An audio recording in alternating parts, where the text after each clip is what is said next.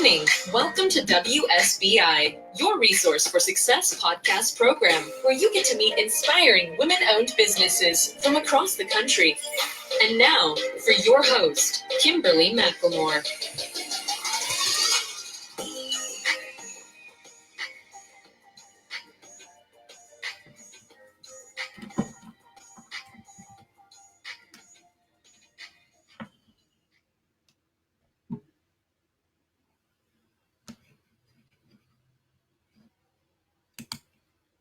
All right. Hello. Good evening and welcome to WSBI, your resource for success podcast program, where you get to meet inspiring women-owned businesses from across the country. I am your host, Kimberly McLemore. Again, we have another great show for you, another night of sharing, as I call it. With us, we have Audra Jimenez, owner and founder of BLACKTOPIA. Oh, that name sounds good. So let me go ahead and I'm going to read her bio before we bring Miss Jimenez on. As a Black woman living in New York City, Audra a few years ago was having some passionate, candid, and often sometimes uncomfortable conversations with friends and family about being Black in America. As she was talking back home, she started thinking about what real change would look like.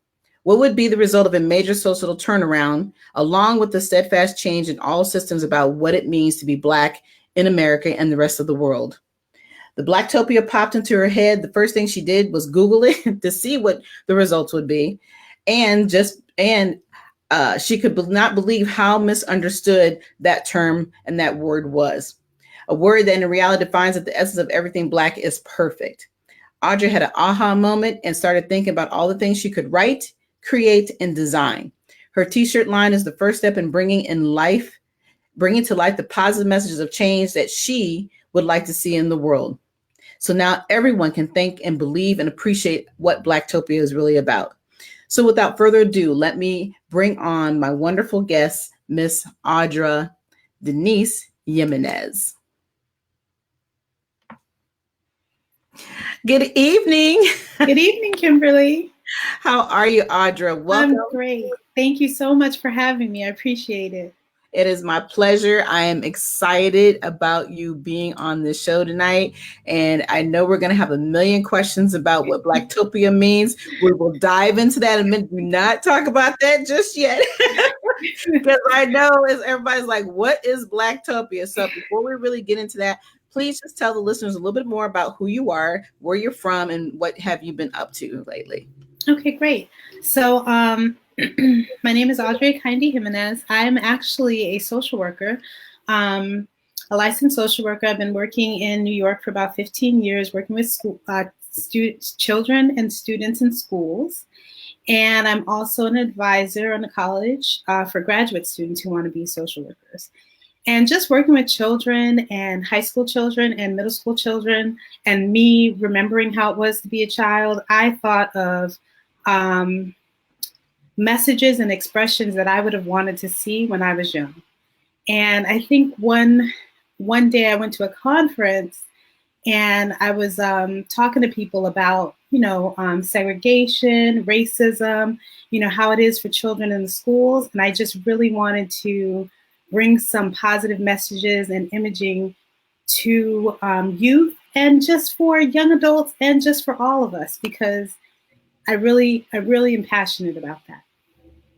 Well, I tell you what, like I said, this is going to be a great topic of discussion because it is a discussion that we have had for many, many, many years. I'm in my 50s and, I was brought up in an era and time where Black was not a shameful thing. We really believed in the positivityness of it. We didn't mind being who we were. And people had to learn to accept that.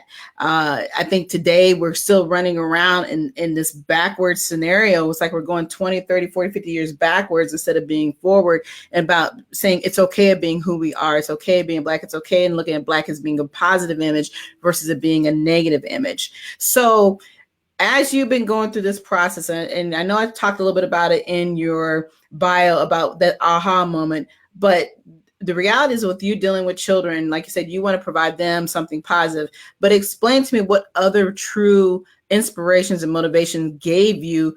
First of all, how did you come up with the name BLACKTOPIA? I mean, I love it. I love it. But I'm like, oh boy, this is going to be a topic of conversation here. Okay, so that's a good one. So BLACKTOPIA. So I was standing there and I was thinking, positive, being Black, being positive, like utopia, like, oh, the two questions that I asked myself were, what would it be like if there were no racism, discrimination, segregation for Black people and people of color, right? What would that look like? We know what it is now, but what would it look like if it wasn't? And then what would it look like to change the mindset of people affected by those things and those oppressing? Like, what would that message, what would support a mindset change, right? Mm-hmm. So that's what I was thinking when I was walking, because I was thinking, what would the ultimate positive result be? Not what it is right now. And I thought of utopia. Like, if there was a utopia for Black people, that would be the perfect place where none of this exists. So mm-hmm. That's why I put BLACKTOPIA, because I was like, oh, okay, so that would be like the utopia for Black people. And so I put it together. And then I thought more about it. I was thinking, because when I was creating the messages and thinking about what I want to see, I was thinking how to create and inspire that pride and love that would promote that perfect place, that place where you don't feel discriminated against, you don't feel that there are all these racist things oppressing you. Mm-hmm. What would it look like if we just embrace, just like you said, and it's okay. There are so many positive messages out there already, and we are positive people and we are strong people. So I'm not saying that. I just want to see it. I want to go somewhere and just pick it up, or like wear it, or like, write it, or pass it out, or have things that just you can hold. And that's what I was thinking. Well, and you're right. Your thought process is absolutely right. I mean, it's sad to think that we would have to sit here and have this conversation and say, what would it be like?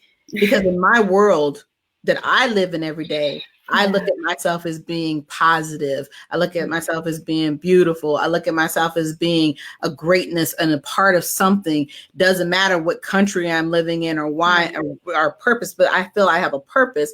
And the sad part is that we have to constantly remind ourselves, and we have to constantly remind our children and other people that why can't we just be who we are? Why do we have to have it? Why do we have to be accepted? Why does it have to be the situation of, oh, well, it's okay. We're going to let them do this. We're going to give them this holiday, but we can't just be who we are. And so I just kind of get frustrated when I think about it. Like I said, I came up in a time and era where, racism was absolutely well, and it was out there. It was known. You knew you didn't have to worry about where people stood.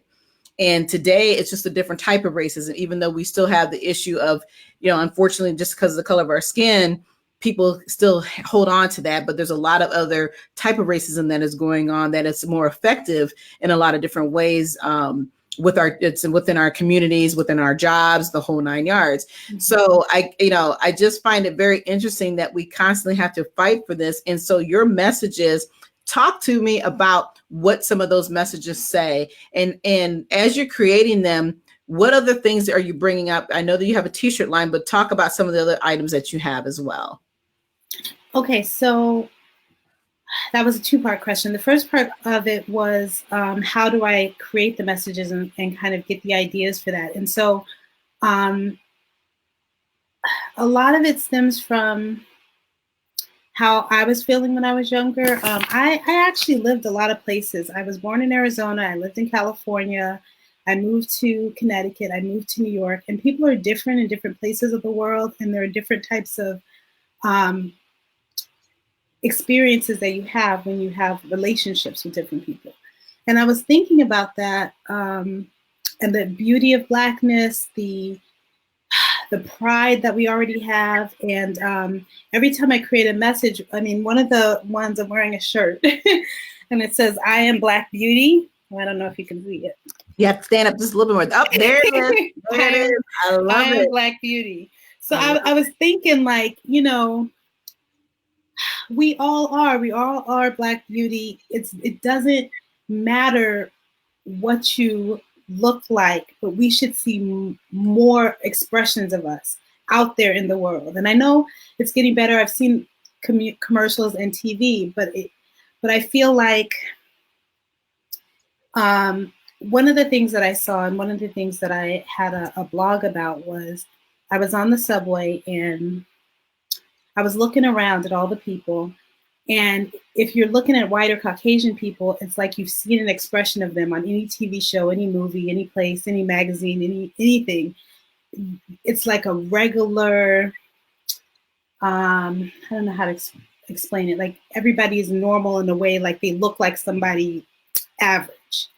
But if you're looking around at us, you haven't seen enough expressions of us on a regular, normal, just doing regular things in these pictures, magazines, or anything, that it feels like we're all generalized into like 3 categories.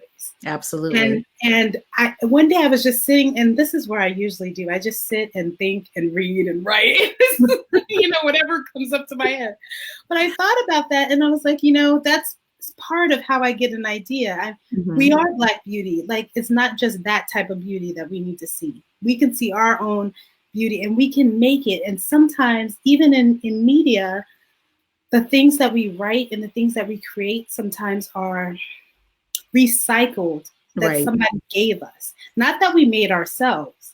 Not that we create, not that it isn't happening, but I feel like we could create things, stories of everyday interactions that we have as people that don't have to be entertainment or dancing or singing. You know, it could just exactly be at home going through something. Right. And I think, you know, and we all do this. And another thing that I think, and how I get my ideas, like Black Girl Royalty is one of the backpacks that I made. And for me, when I was younger, history class was like my worst subject. I really did not, American history was like the worst because I was always like, this does not add up. I really don't think this adds up in my, you know. Well, you're right. You were representing me. Right. And children are so impressionable, and they also get disinterested so quickly when it doesn't relate to them. And the royalty piece spoke to me because I felt like we are royal and there are royal stories that need to be told. And why aren't they being told? And where are they? And why can't we tell them too? But then again, we also have to be able to research and get that history for us to tell the stories. But then if it's not being taught to us, then we wait so long until college to get them. And, you know, it's just, there's all these layers. And you're right. You're right. So that's part of some of the ideas. You know, I have on my website, and it's coming back. It's on hold for a little bit because I want to get more ideas and more creative things to put in. But there's just a lot of acronyms and just ideas. I even am toying with like a baby line. I'm thinking about that. But there's a lot of positive messaging that I want to do, especially with journals and bags. And the logo for Blacktopia is a black lotus flower. Yes. And the reason why it's a black lotus flower is because my husband loves video games. And back in one of his games, back when we first met, we've been together forever, there's a black lotus flower. And anybody who gets that black lotus flower comes back to life, and it cures anything. It's like the perfect be all of, like, you know, life. And it's also, it grows anywhere. It can grow in mud. It can grow in cement. It can grow anywhere. It's strong. It's like a powerful flower. So that's why I picked it. I was like, because we are powerful people. We could be anywhere. We can do anything. We still grow. We're still strong. We still get to where we want to get to. But, you know, I just thought that would be an important logo expression, or, you know, everybody doesn't know what it means until I say it. But I just thought it would be a beautiful way to show Blacktopia. Right. And it is. I like I said, the name, the logo, everything it has its purpose and it stands up on its own. And then when you explain more about your passion and why you're doing what you're doing, it even makes more sense. And like I said, the sad part about it is that we should not have to sit down and gravitate and gravel in our head. Oh, well, maybe I can do this or maybe I can't do that. Or, like I said, got to stay in that shell that everybody wants us to stay in between the entertainment and the sports. And we're so much bigger than just that. And the biggest thing I find is that why can't we just be normal? Why can't we just even if you don't have any passions, you don't want to play sports, we're just who we are. And we love being who we are. And it's okay. And we should be able to express that. And it's a constant fight. I mean, everything from our hair to the way our bodies look, to the clothes we wear, everything. And I just find sometimes it can be so frustrating that it seems like year after year, we're still having this constant fight of having to say it's okay to be a Black person. It's okay to be who we are, whether we want to be educated, not educated, we just can't be us without having the drama that comes with that, being a young Black woman, a young Black man is always something that puts us in a position that we feel like we're constantly defending ourselves. And so to have someone in your situation who's saying, you know what, I'm going to remind us every day who we are, I think is amazing. And unfortunately, we do have to have those reminders because we're being told so much negativity about who we are. And, because our nose is a certain way, or like I said, because our hair is always something that reminds us of that being Black isn't beautiful. And then the reality is everybody wants to be us. Well, and I think one of the things that I think is so important and why I created this is really figuring out, and really each of us as individuals figuring out what we want to see, what it is that we personally makes us feel good and is pushing us to the positive, because it is so easy to see all the negatives. It's so easy to see all of, like you said, the things that remind us of the negative and what people don't accept about us. But if we every day make that conscious effort to be positive in ourselves, and just like you said, we are normal, we are people, and that's just it. And this is what I want to do what I want to do, and this is it. Not that those struggles aren't there, but sometimes we have to have the difficult conversations, say the difficult thing, because if we don't, we are allowing it to continue to happen. And just being in social work school and working with graduate students in social work, as social workers, there are so many topics that come up that even in social work school, when you're supposed to be able to talk about difficult things, right? People just stop themselves from being in that place. And especially when you're talking to different races and you are a Black person, you don't want to feel like the person who is being that judged or shut down, or you don't want to make people feel uncomfortable too, because you're in this place, right? Right. But at the same time, I feel that you can have a respectful conversation where two people disagree, but that person really cannot understand because they are not us. Right. But we can say it anyway. Right. Because if we don't, that person's going to go and do it to somebody else. Absolutely. And I think that is the difficult thing. And every fight is not everybody's fight, because I know that sometimes I just have to say, okay, Audra, this is not the day. Right. But if you can be in that vulnerable place, as much as you can, that's where the change is. Because then you're getting to that place, like I want that place of Blacktopia, because you're saying, this is the world that I envision, and this is how I'm telling you what it should be. And I think that's where, when I make these ideas and I create these things and I have these conversations, that's where I want to go. This is where the world should be. And when you're telling me this and you're showing me this, oh, no. this is what it is. This is why I feel this way. Right. And it doesn't, but sometimes we take it to a place of anger when it can be a place of teachable moments, just like we do with kids. Right. Because they don't understand. And that is exactly the same. In my mind, that's how I kind of put it. Because there's no way, unless you're in the person's shoes, there's no way for a kid to understand unless they're that 20-year-old. They're not. They're 6. So you got to be like, okay, you know. Exactly. So that's how I kind of keep myself sane. Right. But, you know, but at the same time, you know, it's like you said, a lot of people don't want to have these, what we consider difficult conversations, which really should not be a difficult conversation. And because a big part of the problem is that people don't want to accept the fact that it's okay that we're all different. You know, that's part of the problem.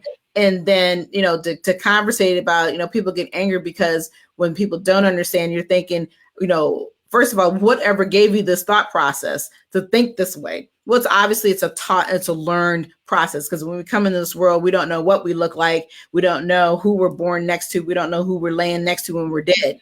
So, you know, at the end of the day, everything is a taught process. So it does get frustrating when you're trying to have a simple conversation. Like you said, they can turn and get escalated because people will not open their minds and just think for themselves. It's almost like some people have a hard time realizing that we're just as human as you are. We're the only difference between us is the color of our skin, but we all have red blood. We all are here. You know, we're human. We're men. We're women. We're children. It's all a part of that. And so it just behooves me to think that you could, to be honest, to really be so ignorant that you can't open your eyes up enough to see that being Black is that's just who we are. And we were given this name of being Black. You know, nothing was brought onto our own. Everything was told, well, this is who you are. And so then when you own it and we say, this is okay, you know, this is who we want to be, you know, we want the power, all of that, then people get angry about that because we have learned to accept our own about who we are as human beings, but just as individuals. So, you know, I'm sitting here listening to your thought process, and I know you got a million things going on up in your head about that constant creativity and constant of making people understand. But you're right, dealing with children, they don't understand it until you teach it to them. So when it's being taught and then you become an adult, as an adult, we're expecting that adult to turn back to child. They're not, because it's been embedded in them for so long that, well, Black people are this. I can't even remember seeing some movies, because I always really enjoyed understanding the history of who we are and trying to learn about us as kings and queens. But what amazes me, how somebody can make a simple statement as, well, you know, Black people are dirty, you know, or they carry diseases. I heard this in a movie one time and was like, wait a minute, who comes up with these ideas? You know, so just understanding that if you constantly beat something into somebody's head over and over and over, you really don't have that belief about what you look like, and to know that you are beautiful and understand that you're much more than just that shell of who you are as a human being. And even to this day, there are still so many studies, and I'm sure that you've heard about being in the business that you are working with children, that, you know, you still have young Black girls who are still, I don't know if you've ever heard about the doll. Where they have the Black doll and the white doll. And there are still so many young girls who still honestly believe in their mindset that Black is not beautiful and that it's not okay to be who they are. And they will still pick that one doll over the other doll. And I'm thinking that test has been done way before I was even born, or even right around the era in the 60s that I was even brought into the world. And I'm thinking this day that to think that something like that still exists, it's really sad. It is really sad that we are constantly, like what I was saying earlier, and we've been discussing, that we have to constantly have these reminders about who we are as individuals, and that it's okay for us to be proud about who we are. But I'm thankful for you. I'm glad that you were constantly kicking the dirt and you know, beating it up out there and kind of beating it over our heads to say, you know, just be proud. Wear this T-shirt. Say that it's okay to be Black. Show who you are as an individual. And it's not about power. It's about just being respected and knowing that we're human beings and we were brought here for a reason. And, you know, and I think until everybody can accept that, then we're going to constantly always have these type of conversations. Yeah, I mean, and I think there's a lot of different layers too, not just just like you were saying, within ourselves, within our communities, and then outside, like there's a lot of different layers on what it means to be Black, what it means to be beautiful, what it means to be yourself, what expressions of how you look or act or speak, and what that means to you, on how powerful you are, how beautiful you are. And I think another thing to be looked at is not just us having to feel like we have to prove whether or not we're beautiful or Black. I think it's not just that choice, but more about what do I want to say? More about those conversations, because when I was younger, and even now, education is so sometimes separate, and communities are so separate. And so if you are a person who's never actually talked to a Black person, or you're a Black person who's never actually had a conversation with a white person or another person of another race, either or, then sometimes your perception of the other gets skewed, right? And it becomes this discussion amongst yourselves, and then in your head. When you have that conversation and people are vulnerable and able to talk about their beliefs that could be ignorant, or could be like, oh my goodness, I can't believe you said that. I think it's important that if this is the first conversation you ever had with somebody else, to be able to have that, because then that can change your belief system, and being able to have that opportunity to do that changes the world in a sense, because what's happening is children do learn it, because sometimes they're so separate that they're looking from the outside in. They never really even are together with a mixed or community, and so they only can believe what they've been heard or saw on television, or seen in whatever. Absolutely. And I think that needs to be broken down, because then, like you said, we're judging ourselves, we're judging other people, we're doing this, beauty is this. But I think keeping on the positive, keeping moving, keeping yourself in it with other people, because we can't just be by ourselves either, and they can't just be by themselves either. That's just that, like you said, brings, then you're like, what did you just say? And then now we got to say, well, don't say that, because this is not what it is. And let me tell you why. And why do you think that? Because, and then maybe people learn, oh, well, that's what they learned. Well, then, okay, well, let's talk about that. Because that's what they do in social work school. It's difficult, but this is what has to be done. And it's hard, it's difficult, but and I think it's being done much more now than ever before, which I think is actually a really good positive. Even though a lot of things are happening now that we can't believe, there are also more conversations that are happening that probably never would have. And I think that is actually going to change the trajectory of a lot of, a lot of things. Well, and even at the end of the day, I mean, even within our own communities, we are still even going through that process within our own Black communities of just trying to accept us for just who we are, because we've been, like I said, been told so long that you have to be a certain way, talk a certain way, look a certain way, do this, do that. And even within our own communities, we're beating each other up every day about how we look, or you're not this or you're not that, and it's sad, it's shameful, but it's a part of that constant, like you said, educating each other, understanding that it is okay to be different. We're just who we are. We're human beings, and then, like I said, when people learn to accept that, then we will live in a much better place. Like you said, that dream that you have, and the creation of what you're doing is like wondering what the world would look like. That world can exist when people learn to stop being so judgmental and so critical of who we are just as human beings. I mean, every day we all have to work on that. I struggle and work with it within myself, because some days I just try to understand. You get that constant frustration of just trying to understand, and then it can lead you down that path of that, and here it goes, there's that negativity again, you know, or that conversation, that same conversation we've had over and over as we are discussing tonight. So, you know, it can be detrimental to some degree. It can be educational. It can be harmful, hurtful. It can be sad, all wrapped into one. But like I said, if you don't have these conversations, you will never be able to move forward. So we are definitely we are at the end of the show, but I'm not ready to stop just yet.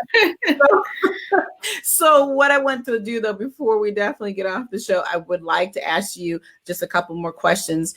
So if we have really dived a lot into talk about how you put the business together, but if you had an opportunity to talk to any young lady or young man who wants to come into business, what would you tell them? What information would you provide for them? Well, one of the things I know that I had to do was when you put an idea out there, find the people who encourage you, who stand by you, who like your idea. Just keep them around because you need positivity, because you don't want to give up, but you also want to give yourself breaks so that you can keep going, because it's a trajectory that goes slowly up. It's not like this quick or fast thing. Also, keep focusing on your dream, keep focusing on the goal that you want, because whatever that is, you need to just take the steps to get there. And find somebody who motivates you and who's doing the same thing you are, because then you can always ask them questions and they can mentor you. And that was really important for me. Absolutely. And so can you tell us, Audra, how we can get a hold of you? Because I'm sure there are going to be some people who want to talk to you, want to know more about your awesome t-shirt line and all the other products that you have to provide. So could you let us know where we can find you? Yes. So I have an Instagram. It's BLACKTOPIA Inc. I have Facebook, BLACKTOPIA Inc., Twitter @BLACKTOPIA Inc., and my email is blacktopiainc@gmail.com. And the website is shopblacktopia.com. So in any of those, there's a link on the website. Also, you can email me. So any of those, you can reach out to me. Awesome. Because I tell you what, if we forget everything else, we will never forget the name. Yes. Yes. That name stands out forever. So I don't need to know anything else. I got the name. So we're good. And make sure you put ink on the end, because there are some Blacktopias out there. Oh, okay. Blacktopia Inc. is me. Absolutely. Well, I want to say thank you so much for coming on the show tonight. It has been a great conversation. Like I said, I could talk about this for hours, because I think it's something that's absolutely needed, that we communicate, and understanding that Blacktopia is more than just the word. It's all about us coming together and being thankful and praising and saying it's okay to be you, and it's okay to live in a perfect world, and stop looking at color and just stop looking and look at yourselves as being human beings. So I do want to say, like I said, thank you so much, Audra, for coming on. You have been phenomenal. We'll definitely have to keep in touch. I would like to have you come back and talk some more. Oh, great. Thank you, Kimberly. I really appreciate you having me on the show. And as I said, I am open to any conversations that you want in the future, and any networking. Absolutely. All righty then. So again, thank you so much, everyone. This has been a phenomenal evening with Miss Audra Jimenez, owner and founder of Blacktopia Inc. So remember that, the Inc. So if you want to know any information about her, please reach out to her on all of her social media platforms. And so again, thank you and for coming on this evening. Good night. All right, that was a phenomenal interview. Like I said, I could have gone on and on and on and on with this wonderful interview. Reach out to Audra if you have any more questions about her business, Blacktopia Inc.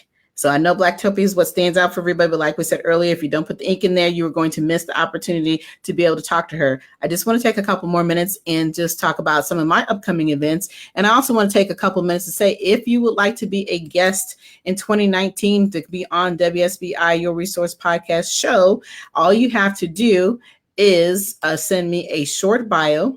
your pick, and of course, a logo, a business logo. And I would like everything to be professionally done. So make sure that you do send that information to me. And you can send that information to Kimberly at WSBILLC.com if you would like to be a guest in 2019. The slots are filling up very quickly. So if you're truly interested, reach out to me because right now we're currently putting in slots for September. So time is moving fast, and it usually takes about a year to get on the show if you're interested. And then the other quick thing I would like to talk about real quickly is the fact that for those who don't know, I am an author as well. And I have author Kimberly and McLemore LLC, which is another whole platform of my own. I have a new ebook release that currently this book is still on sale for $3.99. It is called Are You Living or Existing? The Pros and Cons of Balancing Life. So please support me. I'm trying to get bestseller for this, and I'm real excited about this opportunity because I think this is the year, as I call it. It's about making big, bold moves. And this book will help you get to that point. It'll teach you to learn to stop living through the lens of other people and learn how to do what you are supposed to be doing to have a better life and to reach the goals that you want to reach and fulfill your dreams. And then the other thing that I have that I want to talk about real quickly is that coming in August, I will be going back to Eastern Pennsylvania. I'm extremely excited about this because these ladies I have worked with before.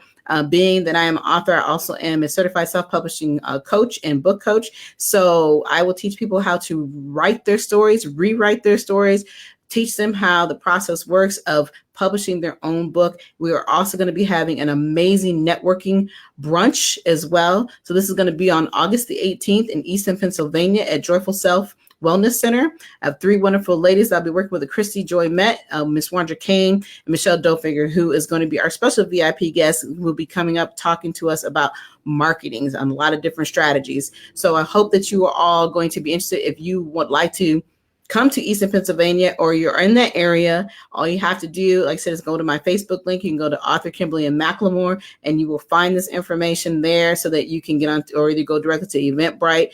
And the actual name of the event is Are You Living or Existing? Self-Publishing Workshop and Network Brunch. So I hope to see you all soon. But until next time, you all have a wonderful evening. We'll see you next Thursday. And next Thursday evening, you'll come back to the show. We're going to have my favorite special guest, Lady K and Mr. T, on the show.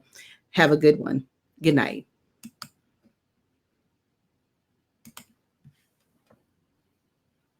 Good night, everyone. We will be back next Thursday evening at 7 p.m. Follow us on Spreaker, www.spreaker.com/user/WSBI. View our new WSBI website anytime at www.WSBILLC.com and on Facebook, Twitter, YouTube, LinkedIn, and Instagram.